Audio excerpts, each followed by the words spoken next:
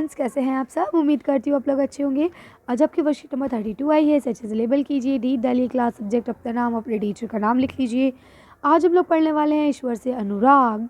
प्यारे विद्यार्थियों, कक्षा छठी में हमने पढ़ा था कि इतिहास सिर्फ राजा रानियों की कहानी का अध्ययन ही नहीं, बल्कि इतिहास में आम जन, स्मारक एवं साहित्य के इतिहास को भी पढ़ते हैं। यानी कि सिर्फ अगर हम इतिहास की बात कर रहे हैं कि उसमें सिर्फ राजा रानियों की कहानी किस्सों को हम पढ़ेंगे, तो ऐसा नहीं है।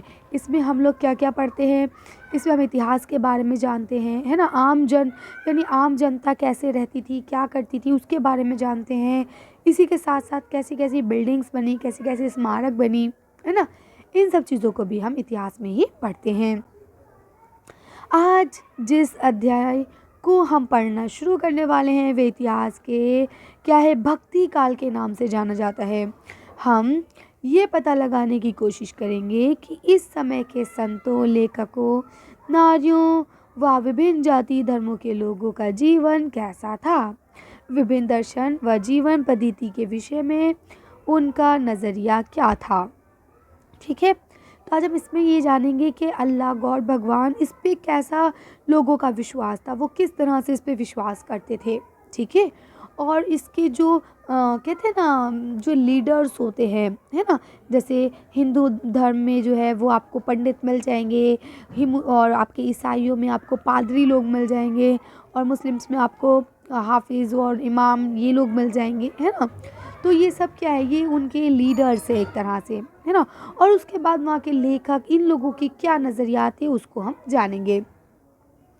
प्यारे विद्यार्थियों, आपने लोगों को पूजा पाठ करते अथवा भजन कीर्तन या कव्वाली गाते या चुपचाप ईश्वर के नाम का जाप करते देखा होगा। देखिए, ये आप जिस मज़हब से भी बिलोंग करते हैं उस मज़हब की अपनी अपनी प्रैक्टिसेस होती हैं, है ना।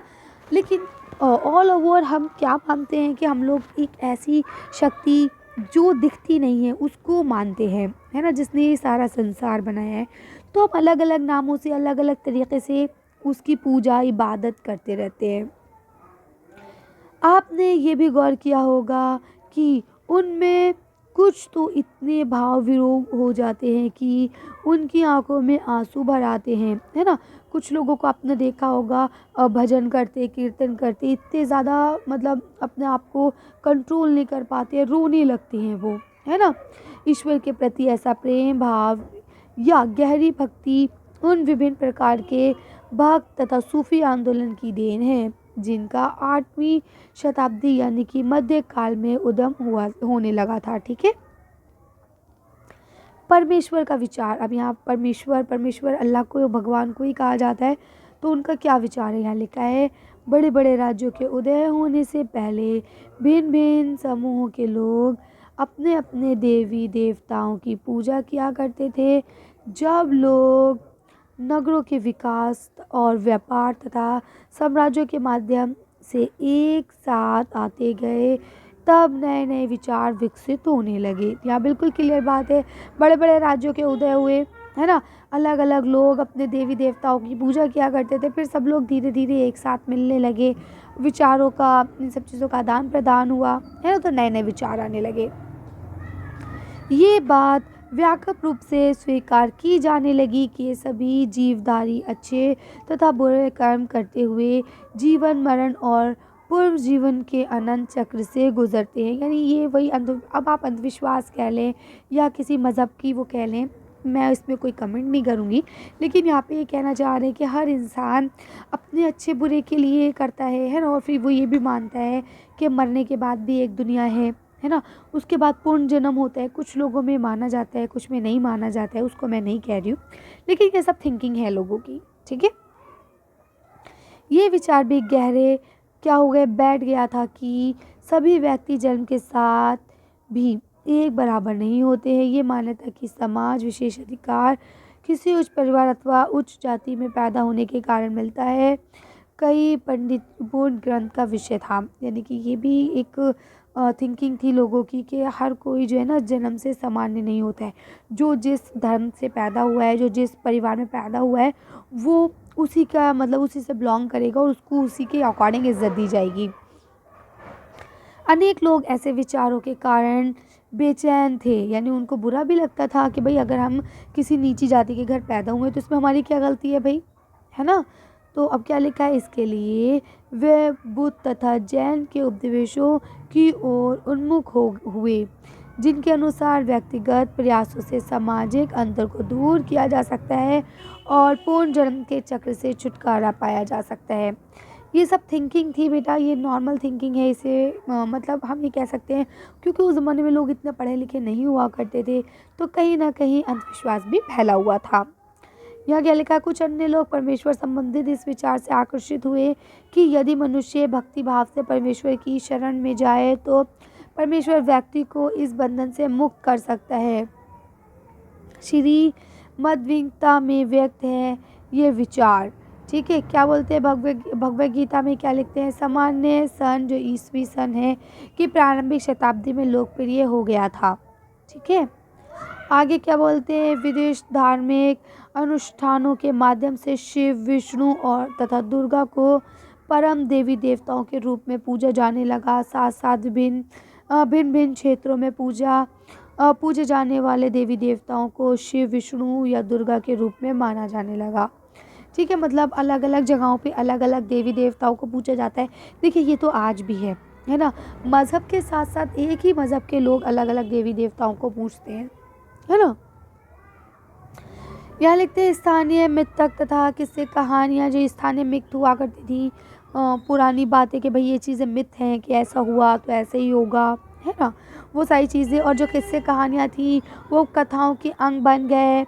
पुराणों में पूजा की जिन पद्धतियों की अनुशासन की गई थी उन्हें स्थानीय पत्नों में भी अपनाया जाने लगा। मतलब बहुत ज़्यादा इंसान जो था उस दौर में, एक तो हम कह सकते हैं वो दौर जहालत भी था, तो वो जो उससे कह दिया जाता था वो उसे एक्सेप्ट कर लेता था बिना उस पर सोच विचार किए। आगे चलकर पुराणों में भी, यानी कि जो पुराण थे उनमें भी बातों का उल्लेख किया गया कि भक्त भले ही किसी भी जाति पतिति का हो, वह सच्ची भक्ति से ईश्वर की कृपा प्राप्त कर सकता है। देखिए ये बात तो दुरुस्त है, इसको तो मैं मानूंगी कि अगर आप ईश्वर के प्रति सच्चे रहते हैं और दुनिया में भी अपने आप को अच्छा प्रूफ करते हैं तो अल्लाह, भगवान, गॉड जो भी है वो आपसे खुश होंगे।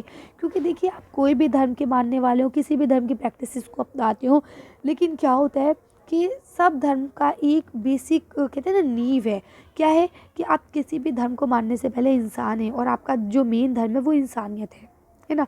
या कोई आप देखिए सड़क पे कोई किसी का एक्सीडेंट हो जाए, अल्लाह ना करे कभी, तो क्या आप उससे पूछेंगे कि भाई आप कौन हो, अगर आप हिंदू हो तो मैं आपको बचा लूँगा, अगर आप मुसलमान हो तो मैं मरता छोड़ दूँगा, ऐसा तो नहीं होने वाला ना। या आप देखेंगे अच्छा मुसलमान है इसे बचा लेते, हिंदू है अच्छा छोड़ दो मरने दो, या ईसाई है इसे तो बिल्कुल ही मरने दो, इन्होंने तो हमारे ऊपर 200 साल हुकूमत की है, तो ऐसा तो नहीं करेंगे ना आप।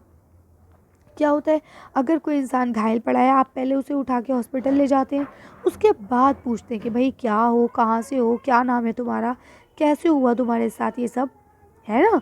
तो और हर धर्म यही सिखाता है कि अगर कोई इंसान मुश्किल में है तो पहले आप उसकी मदद करें, बाद में उसकी धर्म, जाति, नाम सब जानते रहें, कोई प्रॉब्लम नहीं है ना। तो वही कहते हैं कि अगर आप सच्चे मन से ईश्वर की प्राप्ति चाहते हैं तो आपको क्या करना है, भक्ति करनी है सच्ची वाली, है ना।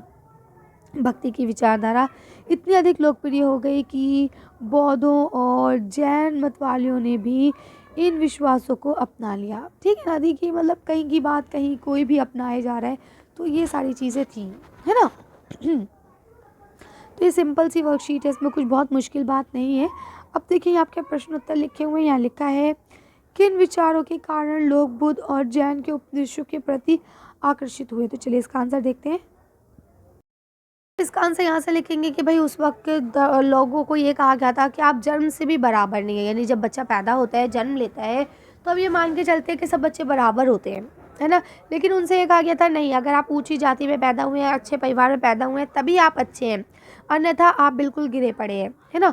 यही विचार जो थे भेदभाव वाले, इन्होंने ही बुद्धों को और जैनिज़्म जो था उनकी तरफ लोगों को ज़्यादा मुतवज्जो कर दिया था, ज़्यादा आकर्षित होने लगे थे लोग उनकी तरफ।